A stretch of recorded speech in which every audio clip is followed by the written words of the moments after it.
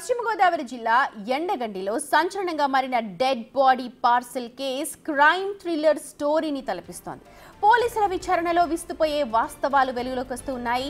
ఇంటి యజమాని చిన్న అల్లుడిపైనే సర్వత్రా అనుమానాలు వ్యక్తమవుతూ ఉన్నాయి. అదే సమయంలో చిన్నల్లుడు సుధీర్ కనిపించకుండా పోవడంతో అనుమానాలకు మరింత బలం చేకూరుతోంది. ప్రస్తుతం ఆ దిశగా పోలీసులు దర్యాప్తు చేస్తూ ఉన్నారు.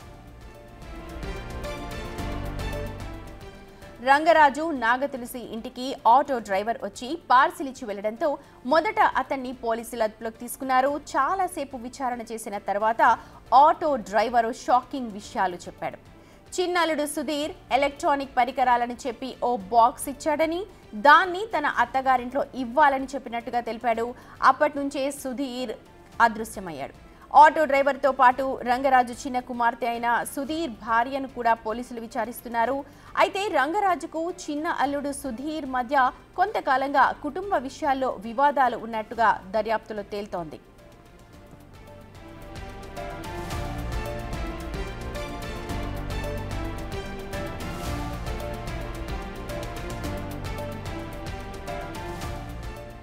అయితే ఒకవేళ చిన్నల్లుడే కనుక ఈ డెడ్ బాడీ పార్సిల్ని పంపిస్తే మరి అందులో ఉన్న డెడ్ బాడీ ఎవరిది?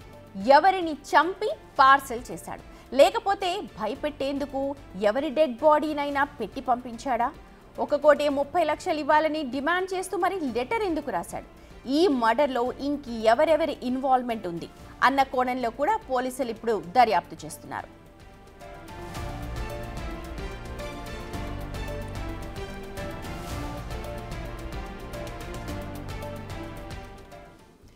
ఈ సంచలన ఘటనకు సంబంధించిన డీటెయిల్స్ అందించడానికి మా ప్రతినిధి సాగర్ సిద్ధంగా ఉన్నారు. సాగర్, నిజంగా చరిత్రలోనే ఫస్ట్ టైం అనుకుంటాను, సినిమాలో మనం చూస్తూ ఉంటాం ఇలాంటివి జరగడం, కానీ ఫస్ట్ టైం ఇలా లైవ్లో చూస్తూ ఉన్నాం మనం.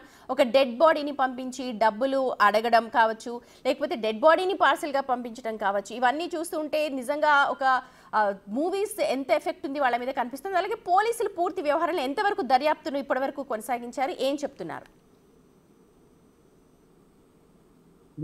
పశ్చిమ గోదావరి జిల్లా ఉండి మండలంలో ఒక ఇంటికి డెడ్ బాడీని పార్సల్ గా పంపించారు గుర్తుకెళ్ళిన వ్యక్తులు. జనరల్ గా ఏదైనా ఎలక్ట్రానిక్ సామానో, లేకపోతే మనం ఆన్లైన్ లో బుక్ చేసుకున్నదో, లేకపోతే పోస్టల్ ద్వారానో మనకి పార్సల్ వస్తూ ఉంటాయి.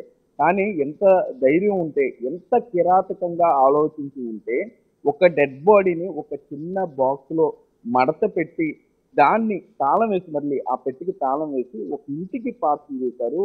ఆ డెడ్ బాడీతో పాటు 30,00,000 ఇవ్వాలంటూ కూడా ఒక ఉత్తరం కూడా ఉండటంతో నిన్నంతా పూర్తి కలకలం రేగిందని చెప్పుకోవచ్చు. ఉమ్మడి పశ్చిమ గోదావరి జిల్లా వ్యాప్తంగానే కాదు, రాష్ట్ర వ్యాప్తంగా కూడా ఒక డెడ్ బాడీని పార్సల్ చేసిన సంఘటన మొట్టమొదటిసారి అంటూ పశ్చిమ గోదావరి జిల్లా ఎస్పీ అద్నాన్ నయీం అస్మి సైతం చెప్పిన టీవీతో మాట్లాడిన పరిస్థితి ఉంది. అంటే అసలు ఎంత కిరాతకంగా ఆలోచించారు వారు. అసలు ఇది పూర్తి ఈ కేసు అంతా కూడా మొత్తం అడుగడుగునా మిస్టరీలతో నిండిపోయిందని చెప్పుకోవచ్చు. ఒక ఆటో డ్రైవర్తో పాటుగా అతనికి సహాయకుడిగా వచ్చిన వ్యక్తి, యువకుడు, ఇద్దరూ కలిసి ఉండి మండలం ఎండగండి గ్రామంలో ఉన్నటువంటి రంగరాజు, ముదురూరి రంగరాజు ఇంటికి ఈ డెడ్ బాడీ పార్సల్ను డెలివరీ చేశారు. ఈ డెలివరీ చేసిన అప్పుడు అసలు ఎవరిచ్చారు వారికి బాక్స్, అనంతరం ఆ బాక్స్ ఎక్కడ రిసీవ్ చేసుకున్నారు అనే దాని మీద కూడా పోలీసులు చాలా సవాలుగా మారిందనే చెప్పుకోవచ్చు. మరలా పోలీసులు ఇన్డెప్త్ విచారణకు వెళ్ళినప్పుడు అక్కడ సీసీ కెమెరాలు మొత్తం విచారణ చేసినప్పుడు విస్తుపోయే నిజాలు వెలుగులోకి వచ్చాయని చెప్పుకోవచ్చు. ఇంచుమించుగా ఉదయం నుండి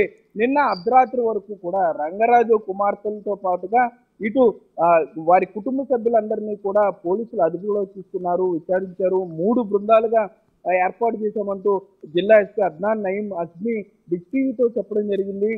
ఈ బృందాల్లో ఒక్క బృందం ఆ సీసీ కెమెరాల ట్రాక్ మొత్తం పరిశీలించడంతో పాటుగా ఎండగండి చుట్టుప్రక్కల గ్రామాలను జల్లెడ పెట్టారు. అప్పుడే ఒక విషయం పోలీసులకి తెలిసిందన్నట్టుగా మనకు సమాచారం అందుతుంది. కేశవరం గ్రామం, పిప్పర దగ్గర ఉన్నటువంటి కేశవరం గ్రామంలో ఒక ఆటో డ్రైవర్ బాక్స్ను, డెడ్ బాడీ ఉన్న బాక్స్ను రిసీవ్ చేసుకున్నాడు. దాన్ని రంగరాజు ఇంటికి తీసుకువెళ్ళాడు. అనంతరం అక్కడికి వారి చిన్నల్లుడు సుధీర్ కూడా అక్కడికి వచ్చాడు. ఆ బాక్స్ అక్కడ ఉంది అంతా కూడా చూసుకున్నాడు. అప్పటికి ఇంకా బాక్స్ ఓపెన్ కాలేదు.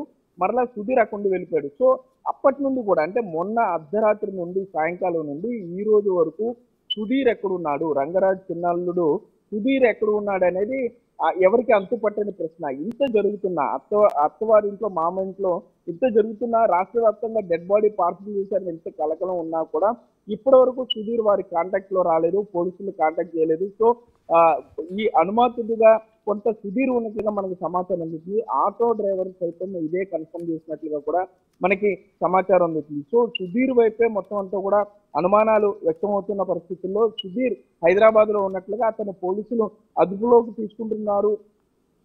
ఇప్పటికే పోలీసు అదుపులో ఉన్నాడు అని కూడా కొంత మనకి సమాచారం అందే పరిస్థితులు ఉన్నాయి. అయితే ఈ రంగరాజు, ముదునూరు రంగరాజు ఎండగంటి గ్రామంలో కొంతకాలంగా నివసిస్తూ వస్తున్నారు. ఆయనకు 2 కుమార్తెలు. పెద్ద కుమార్తె సావిత్రి తులసి, పెద్ద కుమార్తె తులసి నిర్దోళం చెందిన వ్యక్తిని పెళ్లి చేస్తుంది. అనంతరం అతను పూర్తిగా అప్పులు చేయడంతో కనిపించకుండా వెళ్ళిపోయాడు. అప్పటి నుండి తండ్రి వద్ద ఉంటూ కూతురుని పోషించుకుంటుంది.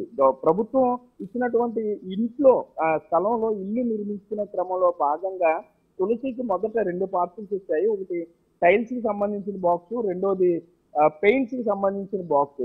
అట్లాగే ఈ 3వ బాక్స్ వచ్చే ముందు కూడా ఒక మహిళ తనకు ఫోన్ చేసినట్లుగా తులసి చెప్తుంది. మీకు 3వ బాక్స్ వస్తుంది, సో ఆ బాక్స్ ని కూడా రిసీవ్ చేసుకోండి, మీరు పేదవారు కాబట్టి ఆ బాక్స్ ని కూడా యూటిలైజ్ చేసుకోండి, అందులో ఎలక్ట్రానిక్ గూడ్స్ ఉన్నాయి, ఇంటికి సంబంధించిన ఈ నిర్మాణానికి సంబంధించినటువంటి విద్యుత్ పరికరాలు ఉన్నాయంటూ చెప్పడంతో ఆ బాక్స్ ని తులసి రిసీవ్ చేసుకుని ఇంట్లో ఉంచుకున్న తర్వాత ఒక్కసారిగా వాసన రావడంతో తండ్రితో కలిసి ఆ బాక్స్ ఓపెన్ చేసే ప్రయత్నం చేసింది.